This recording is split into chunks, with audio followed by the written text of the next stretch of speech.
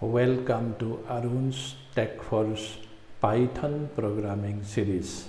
I am Arun Barua and I welcome you to the Python programming series. So let us begin. We are currently learning Python and we are in chapter 6, and today we will learn what is a reduce function.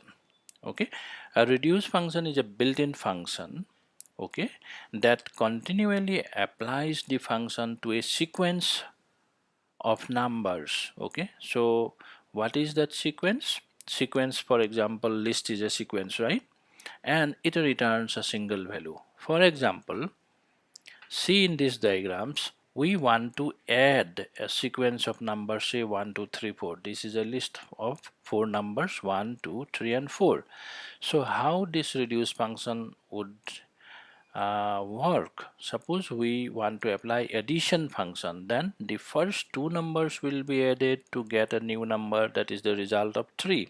Then this 3 will be added to this particular 3. Okay, so we get 6, and finally this 6 would be added with this last number in the list, so 6 plus 4 10. So in this way we get the final result. Let's get into the programming environment. Now in order to use reduce function, you need to import it from the functool library, right? You need to import reduce from functools tools. So let us import it. So how do you import?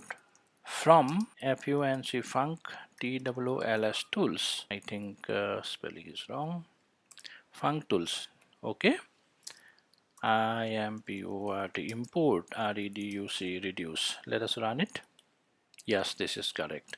Now we will apply a lambda function, right? Result equals to, then reduce, and inside this reduce we will use a lambda, lambda x and y.